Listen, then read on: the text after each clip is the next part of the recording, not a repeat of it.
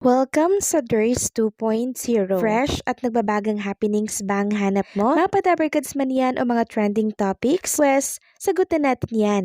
Kaya naman isubscribe nyo na ang ating channel para sa mga nagbabagang balita everyday.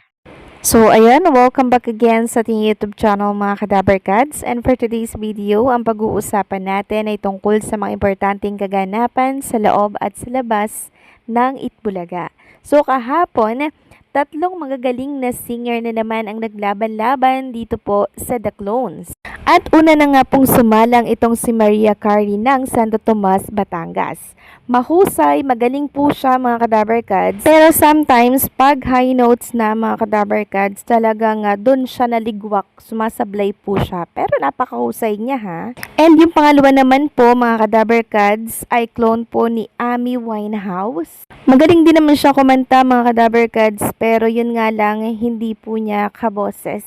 May time lang na naririnig ko si Amy Winehouse pero hindi po talaga kuhang-kuha, hindi puro. Unlike ditong pang third na si Charmaine ng Santa Maria, Bulacan, ang ginagaya niya po ay si Beyonce. Eto, pagdating po kay Beyonce mga kadabarkads, sobrang galing niya po, and nung binigyan nga siya ng challenge, tapos yung galing po sa audience, kuhang-kuha niya po mga kadabarkads. Walang duda, deserve niya po talaga ang manalo.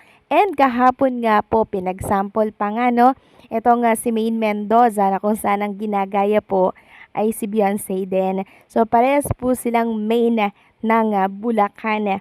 Diba? So kumanta po si Maine Mendoza ng Lizen, and syempre napahanga na naman niya ang mga studio audience ng Itbulaga, maging si Alan Kay, and syempre si Bossing and si Boss Joey De Leon. Grabe, pag si Maine Mendoza po talaga mga kadabarkads, yung bumira, wala na, tatawa ka na lang at tatawa at manunood. And kahapon nga po, ang winner, walang iba kundi po itong clone po ni Beyonce. And syempre, hindi mawawalan mga kadabarkads na mga nagre-reklamo na naman. Sabi nga dito ng ilang mga netizen, marunong po ba talagang mag-judge ang judge nyo?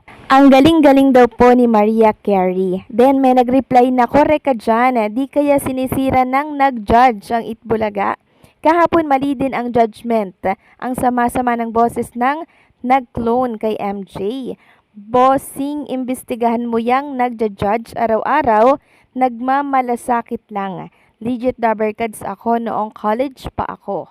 So ayan, kinalampag na po si Bossing Vic Soto at talaga namang pinapaimbestigahan ang mga judges. Baka daw po sinisira na ang naturang programa. And apat na po mga kadabarkads ang pasok no, na kung saan ay maglalaban-laban po sa Sabado. So isa na lamang po ang kulang. Samantalang next topic naman tayo mga kadabarkads, ang mga singing queens natin ay sobra-sobra po ang pasasalamat dito kay Maine Mendoza dahil talaga namang pinaghakot sila ng napakaraming damit na pang OOTD ng mga singing queens, mula po yan kay Maine Mendoza. Kaya naman si SQ Jean mga kadabarkads, sobra po ang pasasalamat kasi hindi na nga naman nila ito bibilhin.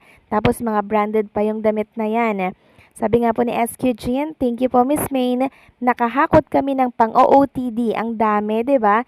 Sobrang kilig. So siguro ito po ay sa dressing room ni Maine Mendoza, and talaga namang pinapili po ang mga SQ natin ng mga damit. Napakabait talaga ng isang Maine Mendoza, no? Biruin niyo po yun, lahat ng mga SQ natin, binigyan niya po ng mga pang OOTD. At nung nakaraan nga po, si Ian Red, binigyan niya din. And si Riza, maging si Karen, nung nakaraang buwan daw yun mga kadabarkads, binigyan din po ni Maine Mendoza. So napaka-generous naman talaga ni Maine Mendoza. Kasi maging yung mga ini-endorso niyang makeup, binibigay niya din po sa mga singing queens natin kasi kailangan ng mga SQ natin ang makeup pagsasalang na po sa therapy.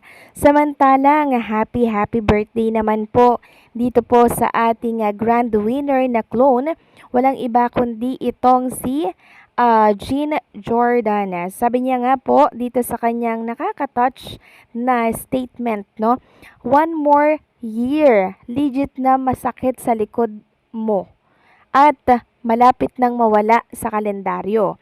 Thank you sa mga taong naging sandalan ko at tinulungan ako noong mga panahong walang-wala ako. Alam nyo na kung sino kayo, hindi ko kayo kalilimutan or kinakalimutan. Maraming salamat din sa mga taong dumating sa buhay ko nito mga nagdaang taon. Yung mga taong genuine sa akin, sobrang mahal ko kayo. At sa mga supporters ko na nag-effort para bigyan ako ng mga regalo, maraming salamat po sa inyo. Sa mga kaibigan at kamag-anak ko na alam ang sitwasyon at pinagdaanan ko pero hindi nila ako iniwan, thank you all. Sa mga kapatid ko, mapa half brother or sister, sa kapatid ko na iyakin, mahal ko kayo. Sa mama ko, alam mo naman kung gaano kita kamahal.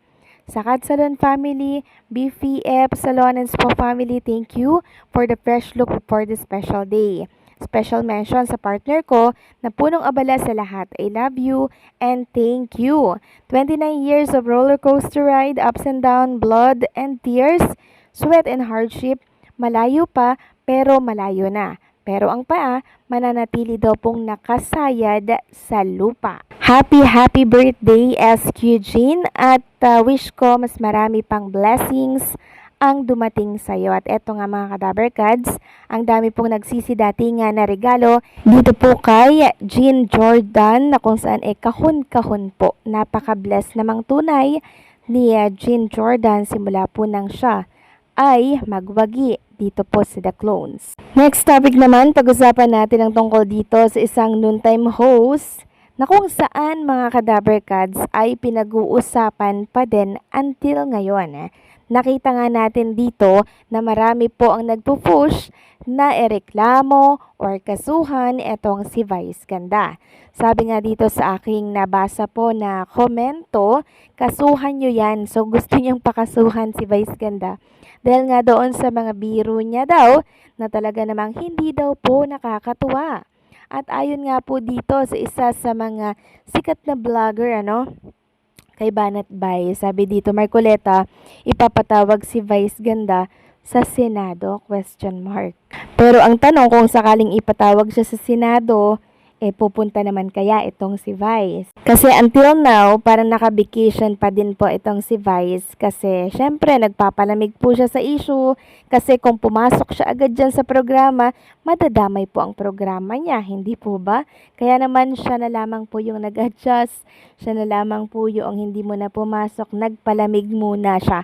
So ganyan naman talagang ginagawa po ng mga host, di ba? Na may programa. Once na nadadawit sa mga issue, sa mga controversial na yan, sila muna yung laylo para nang sa ganun ay hindi madamay ang naturang programa. Kasi po yung programa nila, nasa 60 plus or 50 plus na lang yung online viewers. Samantalang sa Itbulaga, nagre-range ng 150 plus 160 everyday po yun.